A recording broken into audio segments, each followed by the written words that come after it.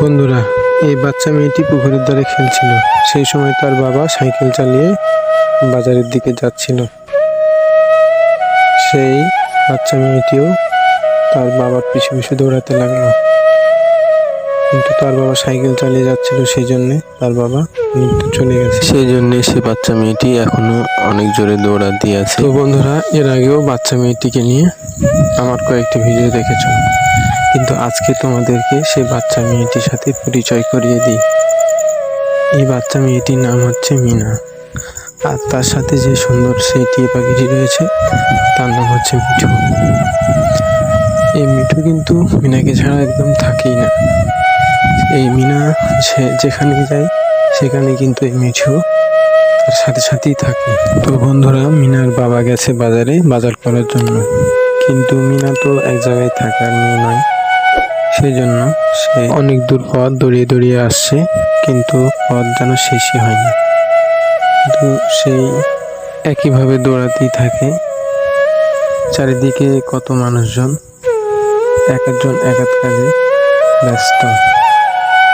কেউ আবার বাড়ির উঠোনে দাঁড়িয়ে গল্প করছে। মিনা কিন্তু একই রকম ভাবে দৌড়াতেই আছে, সে কিন্তু কোনো মতেই থামে না, সে দৌড়াতেই থাকে। অনেকক্ষণ দৌড়ানোর পর অবশেষে সে বাজার দেখতে পেল, অনেক দোকানপাট, কিন্তু হঠাৎ করে চারিদিক থেকে মেঘ এসে অন্ধকার হয়ে গেল। মিনা দেখে যে তার বাবা সবজির দোকানিতে দাঁড়িয়ে রয়েছে। এখানে মিনার বাবা দাঁড়িয়ে থেকে ভাবছে যে কোন সবজিটা নেওয়া যায়। ওই সময় মিনা তাড়াতাড়ি করে তার বাবার কাছে যায়, গিয়ে সেই সবজিগুলোর পাশে বসে আর তখন বলে যে এইটা সবজি নাও। তখন মিনা মাথা নাড়ায় যে হ্যাঁ, এগুলো নাও, এগুলো নেওয়া প্রয়োজন। কিন্তু কেন প্রয়োজন বন্ধুরা, আমি একটু পরে বলবো। তারপরে মিনার বাবা বলে যে আকাশে অনেক মেঘে অন্ধকার হয়ে গেছে, তাড়াতাড়ি আমার সাইকেলে উঠে বসো। তখন মিনা খুব তাড়াতাড়ি করে যে তার বাবা সাইকেলে উঠে বসে, আর তার বাবা তখন দ্রুত গতিতে বাড়ির দিকে ছুটতে থাকে সাইকেল চালিয়ে। কিন্তু পথের মাঝে যেতেই সামনে থেকে অনেক ঝড় বাতাস, চারিদিক থেকে বিভিন্ন রকমের ডাল পাতা তাদের গায়ের দিকে আসছে।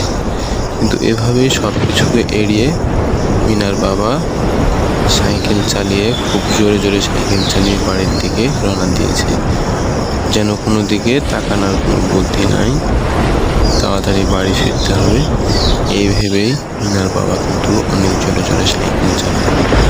আর বন্ধুরা, তার সাথে যেই মিঠু রয়েছে, সে মিঠু কিন্তু তাদের পিছু পিছু উড়ে উড়ে যাচ্ছে।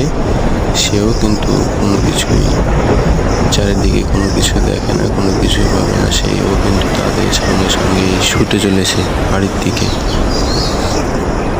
তারপরে বন্ধুরা, তারা যেতে আছে, এর মধ্যে আসমান থেকে হালকা পাতলা বৃষ্টিও নামছে, ফোটা ফোটা হয়ে বৃষ্টি নামছে, কিন্তু ঝড় থামেনি।